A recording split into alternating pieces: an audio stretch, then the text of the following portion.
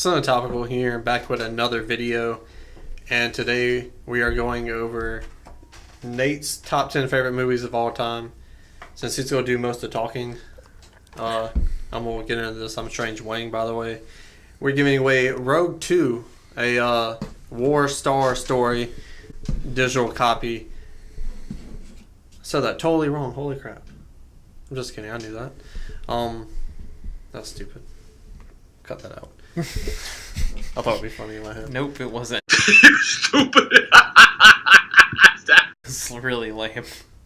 Doing a giveaway on the digital download copy code for Rogue One, a Star Wars story.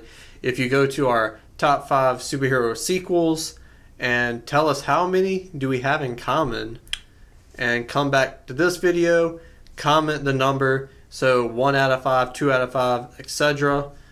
And subscribe, and we'll get to you on Instagram or Messenger on here and give you the code. Yep, we will. I'll let you take it away. Yeah, quick side thing, if you are the person commenting to win that digital code, if you could comment your Twitter or Instagram handle, or just come find us on Instagram at Cinetopical. Yeah. I think that's all it is. It's just at Cinetopical, Yeah. right? That'd be great, because it's so much easier to get in touch with you on Instagram or Twitter than it is on YouTube. Without further ado, here are my top 10 favorite movies of all time. So, at number 10, we're going to have Steven Spielberg classic Jurassic Park. Anything's better than E.T. Is my... Well, I mean, I think we both kind of agree that E.T. might be a little overrated. Well, Shoot us, okay? We said it. E.T. You know? It's not Jurassic Park. It's about Jurassic Park.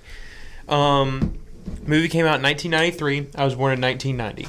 It's one of the first movies that...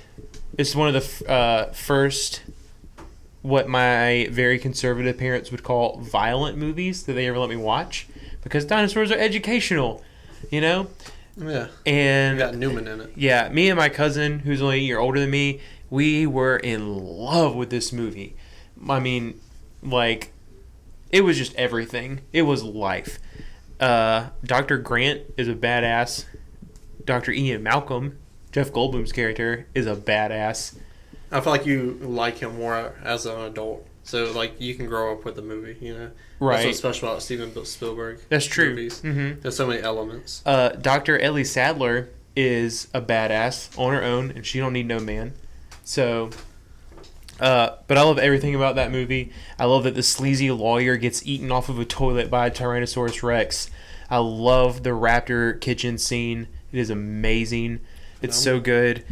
I love the quirky relationship that Jeff Goldblum has with everyone.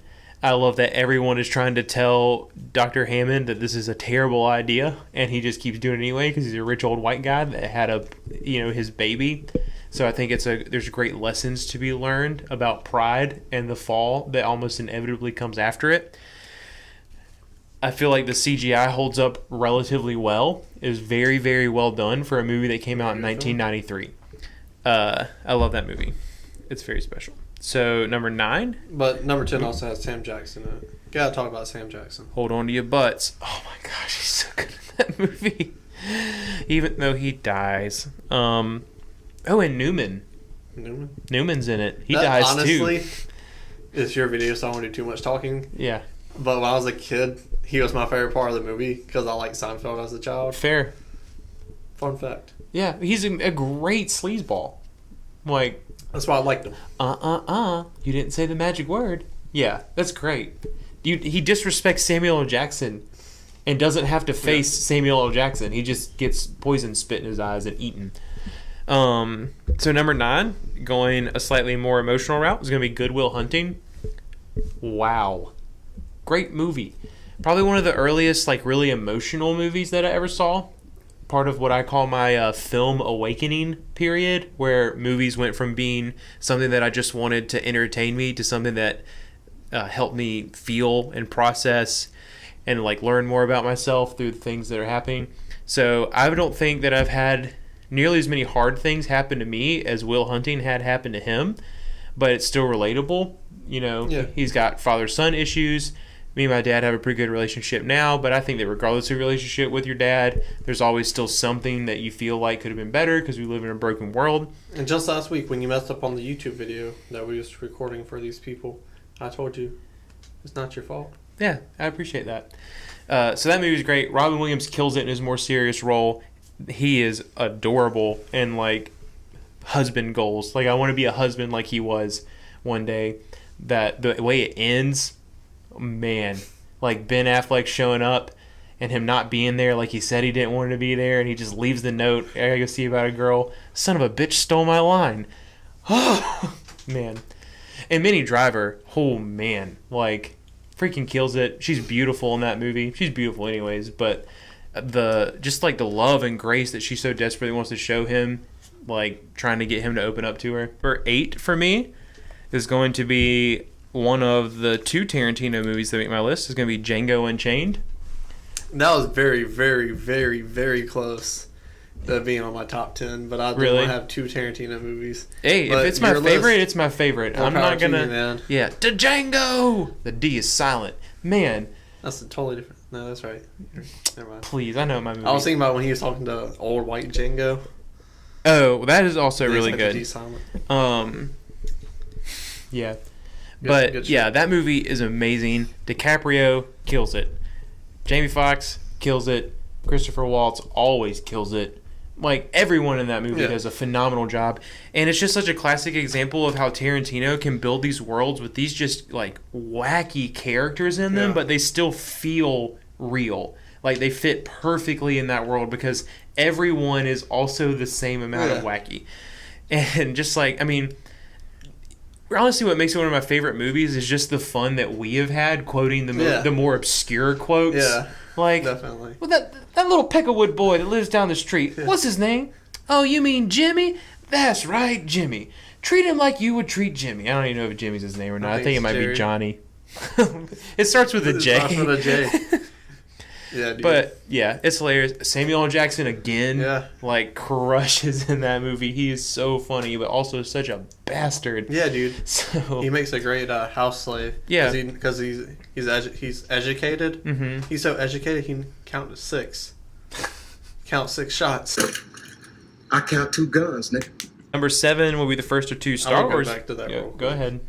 The one thing I love about the movie the most, it's like watching a season of Netflix in a 2-hour film, Yeah. You cover There's so little much. episodes. and then you love you get the same amount. You know what I'm saying? Yeah, so to piggyback off that real quick, Tarantino is known for his vignettes in films. Yeah. And Django really is almost a collection of vignettes, but they're in chronological order, and the transitions are so seamless you don't even realize that it really is just kind of a collection of different things. Anyway, we can't not mention the KKK scene where they're all arguing over the bags, because that's just funny. Shouts out John Hill. And then they all blow up, deservedly so.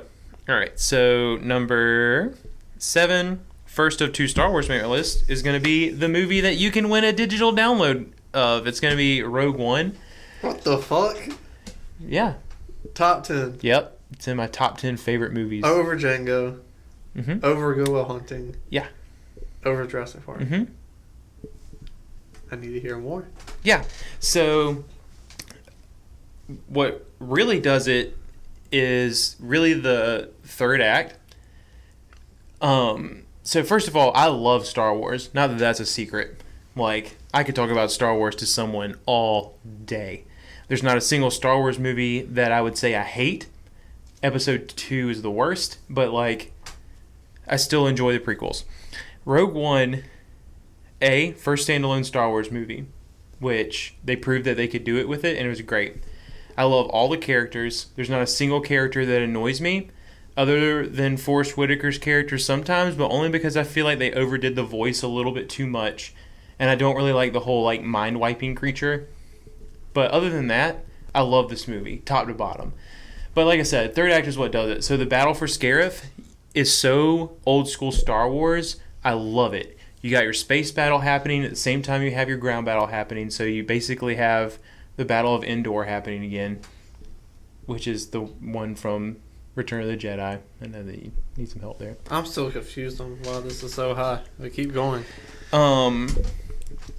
reasons I like this movie.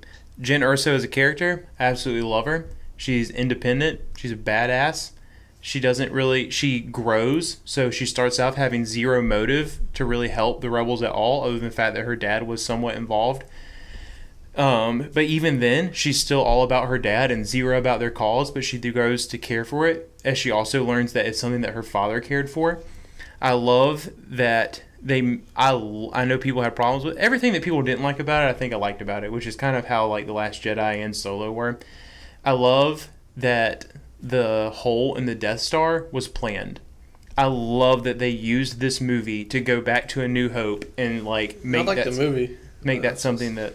Well, you don't like Star Wars like that. I said I like the movie. I'm just mind blown by this being so high on your list. Yeah.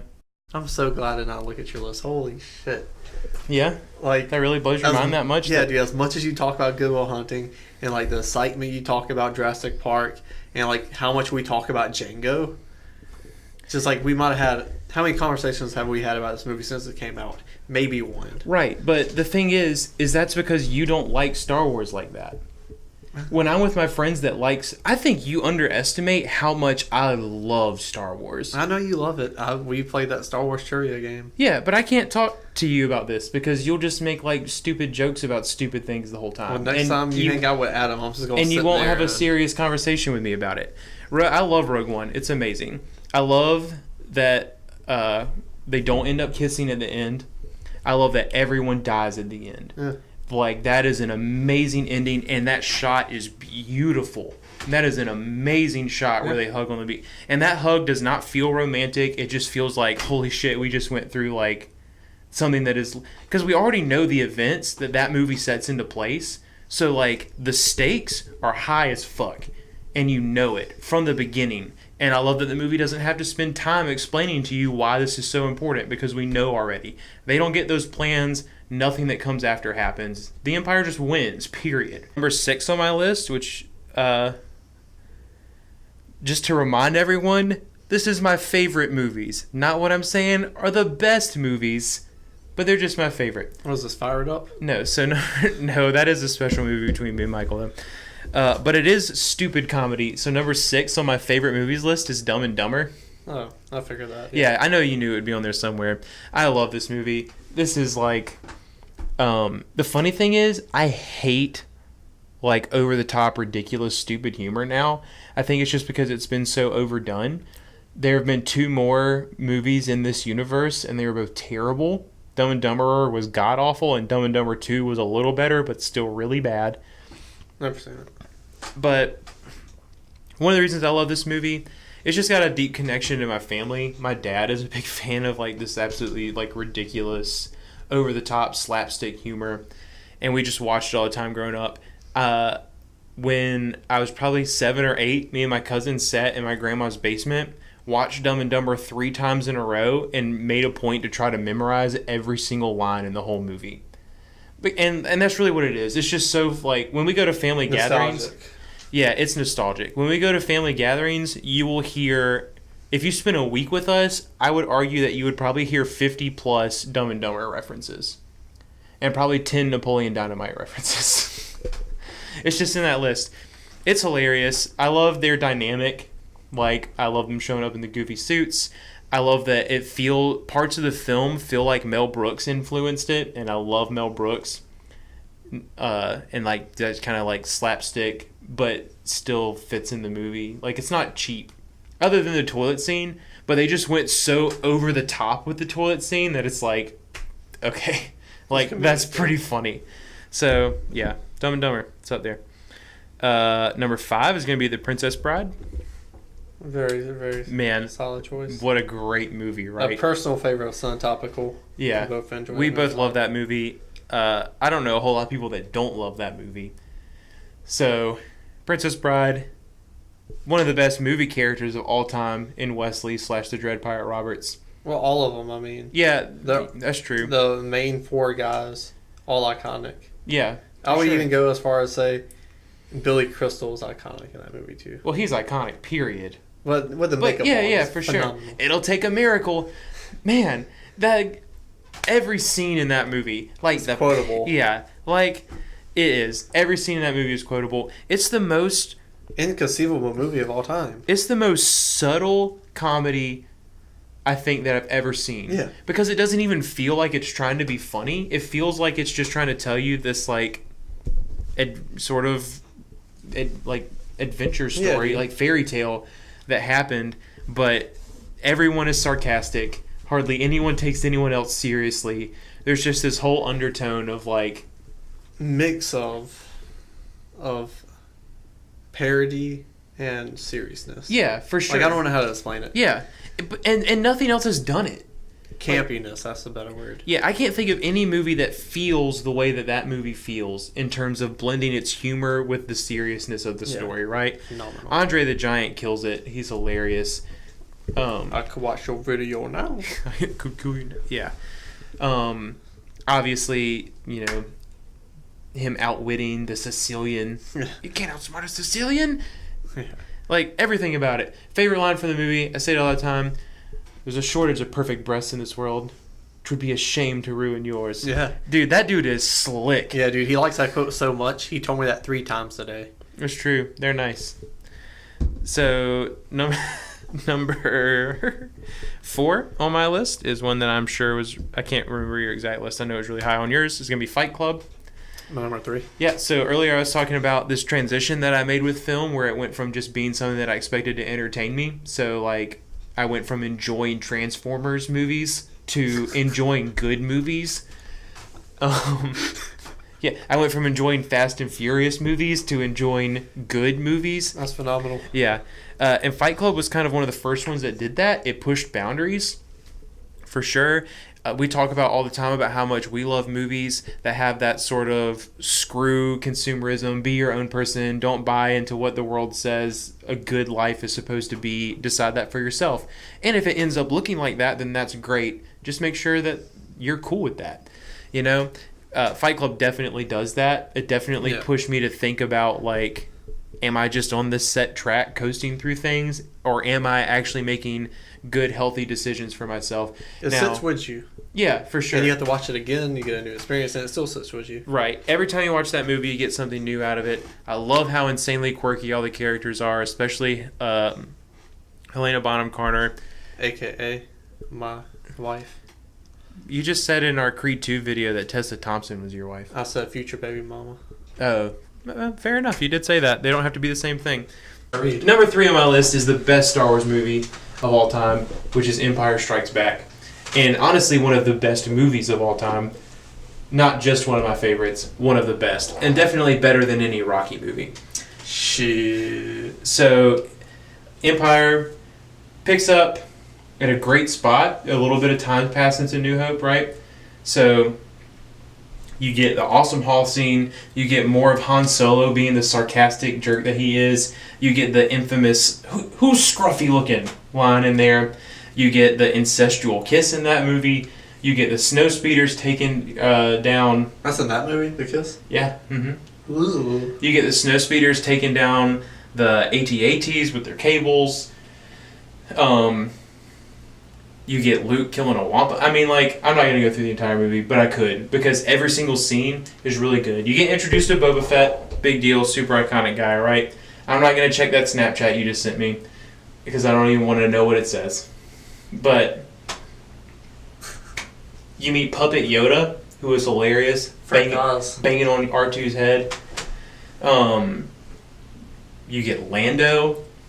Come on, I know you like Lando. I fucks heavy with the Lando. Yeah. So, And Bespin. Shouts out Bespin. you guys have heard 1,000 great things about Empire.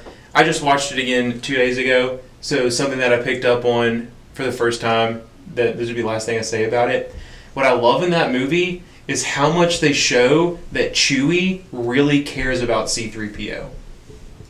So, C-3PO gets shot and blown into a billion pieces, and Chewie is, like, legitimately sad, and, like, carries him around on his back, and is, like, doing Chewie cries while he's trying to put him back together. On my back. C-3PO. C-3PO is easily the most annoying character out of the original trilogy, and it's like Chewie still just cares about him like so much, and it really kind of touched me.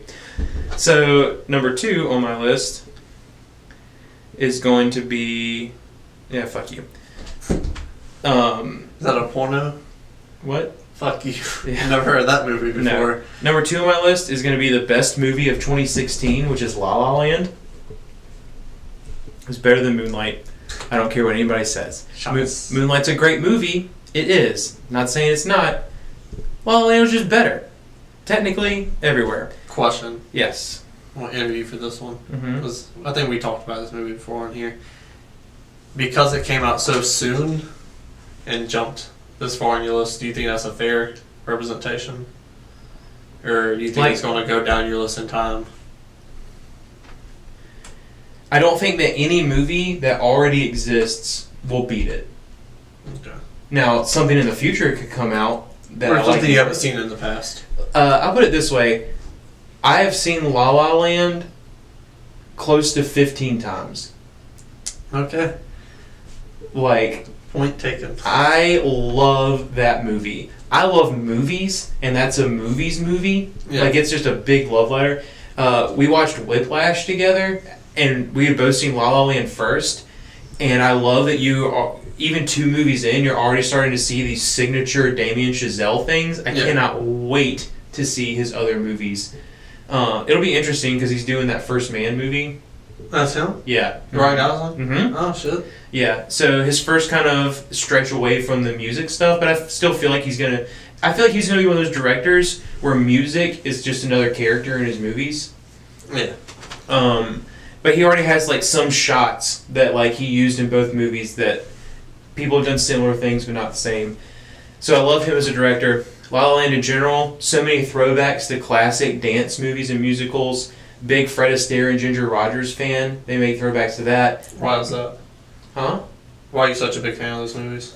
So I had an aunt who's basically the reason that I love movies in general. Got really sick, passed away kind of early in life, but she got us introduced. Like she let us watch lots of things, but she was really into all those movies. So I can remember being like 7 years old, and me and my 3 cousins like piled in bed with her watching like these old Fred Astaire and Ginger Rogers movies. So it's more than just a movie. It's sentimental value. Oh, there's loads of sentimental Okay. value. But to be clear, that doesn't make it my reason for it being the best movie of 2016. No, I'm just trying to find out. Yeah, dig a little deeper. there are loads of sentimental value. I love its portrayal of relationships and its accuracy in that unfortunately they don't end up together, but they both end up being perfectly happy and fine in life. Yeah. And movies do not normally tell you that. Movies try to lie to you and tell you that relationships are everything and breakups are soul crushing. But, you can break up with someone and both end up being completely happy. But that scene where they show you what would have happened anyway is heart-wrenching, and it is beautifully shot because it's that scene that takes you out of the movie and just goes super stylistic. They shoot the scene on the set that they looked in on with each other in the beginning. There's that scene where they're dancing with like the glass floor and they black out with all the little stars and stuff. That's a throwback to some old movies. I just love that movie, man. It's so good. So throwback, Shape of Water. Yeah. And then finally, number 1 on my list. I'm not gonna do that. South Park, the movie? No, it's Pulp Fiction, man. Before you get into it, do you think La La Land will ever beat Pulp Fiction as your number 1? Probably not. Okay. Back to you. So the thing is I've struggled with that. Sometimes when I made this list, I had La La Land at number 1, and it just didn't feel right. I couldn't always put a finger on exactly why, but I think it's just because, to go back again to what I said about 2 other movies, in that there was this transition phase where I went from Your sexual awakening for film. my cinematic awakening, if you will. Pulp Fiction was another big part of that. It's very thought-provoking. It's so stylistic, non-linear storytelling, quirky-ass characters that are all extremely interesting. There's not a character in that movie that you don't want a little bit more of. Yeah. Even Tarantino, like Jimmy, isn't that his name? Even Tarantino's character. It's like, I can hang out with him and his wife and listen to him talk about how great his coffee is. He's a fucking Seinfeld character, Yeah, for sure. He is. That's what Tarantino does. He takes these like weird Seinfeld-esque characters. Not saying he copies Seinfeld, but Right. and he puts them in this, like Kramer can say fuck, this dude who kind of acts like Kramer in his Tarantino movie. He's like, Right. fuck all he wants. Yeah, it's true. It's great. Yeah, and like, I mean, I want more of the wolf and his babe that he rides off with, and like, And Paul. yeah. Why isn't there a Paul movie? I don't know. My name is Paul. This shit's between y'all. But film, look at it as a tool belt. Bob the Builder's tool belt. Mm-hmm. You got your hammer, your screwdriver, your dunzo, right? This movie shows everything in the tool belt. Yeah. Like how you said, how the film is edited together, and what you can do with film. Mm-hmm. How she does the rectangle when she says don't be a square. Yeah. It The takes little every things, man. tool in the tool belt and uses it. Yeah. And maybe want to learn about film more. We wouldn't be here making YouTube videos about this film. I wouldn't be Mm-hmm. taking film classes without this film. It's true. Film, man. Yeah. This movie is my number one. If I had to pick one reason, is really that it made me so open-minded to Yeah, movies. Definitely. So now, because of Pulp Fiction, when I go watch a movie, they can do anything. Yeah. And I'm not saying it's immediately going to like land with me, but if they do it right, it doesn't matter how out of the box it is. It doesn't matter how in the box it is. I'm going to love it and appreciate Yeah. it because I watched Pulp Fiction. Because, like, the milkshake, have those names of the milkshakes. Yeah. Like, there's so many good details in there. It's so appreciative of Yeah. that Yep. film. For sure. But yeah, those are my top 10 favorite movies. Let me know what you guys think. You already heard a little bit about what this schmuck thinks. And a schmuck, I'm a schmo. Make sure you subscribe to the channel. Leave us a comment. Is my list hot garbage or is it the GOAT? Don't forget to take you up on our offer chance. This sucks. I'm probably going to edit it out. Win this shit, son. Win-